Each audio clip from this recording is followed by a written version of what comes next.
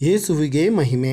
ಬೆಂಕಿ ಬೆಂಕಿ, ಅವರನ್ನು ಕಡಿಯುವ ಹುಳ ಸಾಯುವುದಿಲ್ಲ, ಬೆಂಕಿ ಆರುವುದಿಲ್ಲ. ಮಾರ್ಕನ ಪುಸ್ತಕ 9ನೇ ಅಧ್ಯಾಯ 48ನೇ ವಾಕ್ಯ. ಕೊರಿಯಾ ದೇಶದ ಒಬ್ಬ ಕ್ರೈಸ್ತ ಮಹಿಳೆಗೆ ಒಂದು ದರ್ಶನವಾಯಿತು. ಅದರಲ್ಲಿ ನರಕದ ದರ್ಶನವನ್ನು ಕಾಣಲು ಆಕೆಯನ್ನು ಕರೆದುಕೊಂಡು ಹೋಗುತ್ತಿರುವುದನ್ನು ಕಂಡಳು. ನರಕದೊಳಗೆ ಬಗ್ಗಿ ನೋಡುತ್ತಾ ನಿಂತಿರುವಾಗ ತನ್ನ ಸ್ವಂತ ತಾಯಿಯು ಅಲ್ಲಿ ಸುಡುತ್ತಿರುವುದನ್ನು ಕಂಡು ಆಕೆಗೆ ತೀವ್ರ ಆಘಾತವಾಯಿತು. ಆ ತಾಯಿಯು ತನ್ನ ಮಗಳು ದೂರದಲ್ಲಿ ನಿಂತಿರುವುದನ್ನು ಕಂಡು ಕರುಣಾಜನಕ ಧ್ವನಿಯಿಂದ ಆಕೆಯನ್ನು ನರಕದ ಬೆಂಕಿಯಿಂದ ಹೊರತರಲು, ಇಲ್ಲವೇ ಉರಿಯುವ ಬೆಂಕಿಯ ತಾಪದಿಂದ ಸ್ವಲ್ಪ ಮಟ್ಟಿಗಾದರೂ ಬಿಡುಗಡೆ ಹೊಂದುವುದಕ್ಕಾಗಿ ಏನಾದರೂ ಪ್ರಯತ್ನ ಮಾಡಬೇಕೆಂದು ಬೇಡಿಕೊಂಡಳು.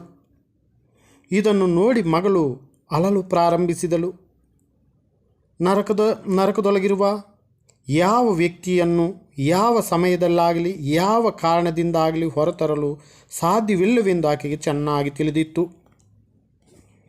ಆ ದರ್ಶನವು ಆ ಕ್ರೈಸ್ತ ಮಹಿಳೆಯನ್ನು ಕಂಪಿಸುವಂತೆ ಮಾಡಿತು. ದೇವರ ಕೃಪೆಯಿಂದ ಕ್ರಿಸ್ತನಿಗಾಗಿ ಆತ್ಮಗಳನ್ನು ಗೆದ್ದು ತನ್ನ ತಾಯಿ ಅನುಭವಿಸುತ್ತಿರುವಂತಹ ಭಯಂಕರ ಸಂಕಟದಿಂದ ಅವರನ್ನು ಪಾರು ಮಾಡಲು ತನ್ನ ಕೈಲಾದದ್ದನ್ನು ಮಾಡಬೇಕೆಂದು ನಿರ್ಧರಿಸಿದಳು. ಆಕೆ ಮೊದಲು ತನ್ನ ಗಂಡನನ್ನು, ನಂತರ ತನ್ನ ಮಕ್ಕಳನ್ನು ಮತ್ತು ಇತರರ ಅನೇಕರನ್ನು ರಕ್ಷಣೆಗೆ ನಡೆಸಿದಳು. ನಾಶವಾಗುತ್ತಿರುವ ಆತ್ಮಗಳ ಬಗ್ಗೆ ನಿನಗೆ ಕನಿಕರ ಉಂಟೋ? ದಂಡನೆಗೊಳಗಾದ ಆತ್ಮಗಳು ಶಾಶ್ವತವಾಗಿ ನರಕದ ಬೆಂಕಿಯೊಳಗೆ ವರ್ಣಿಸಲಿಕ್ಕಾಗದ ವೇದನೆಯನ್ನು ಅನುಭವಿಸಲಿದ್ದಾರೆ ಎಂಬ ಅರಿವು ನಿನಗುಂಟೋ?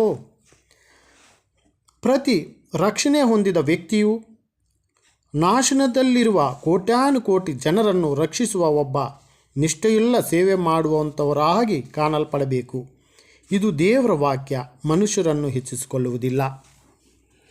ಹೆಚ್ಚಿನ ಜೀವವುಳ್ಳ ವಾಕ್ಯಗಳು ನಿಮಗೆ ತಲುಪಿಸುವ ಪ್ರಯತ್ನ ಪಡುತ್ತೇವೆ. ಯೇಸುವಿಗೆ ಮಾತ್ರ ಮಹಿಮೆ.